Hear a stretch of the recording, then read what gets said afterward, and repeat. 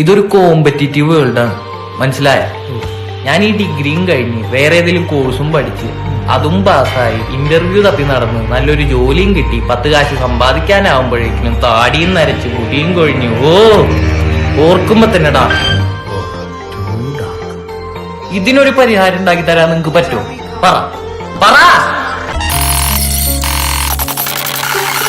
Everyone, please associate with Modi Care, my dear friends. Please join with us. Please join with us. നിങ്ങൾ ഒരു പക്ഷേ ഒരു നല്ല degree സമ്പാദിക്കണമെങ്കിൽ 3 കൊല്ലം കോളേജിൽ പഠിക്കണം അല്ലേ? അതിനപ്പുറത്തേക്ക് നിങ്ങൾക്ക് ബിരുദങ്ങൾ വേണമെങ്കിൽ പിന്നെയും പഠിക്കാൻ നിങ്ങൾ തയ്യാറാവണം.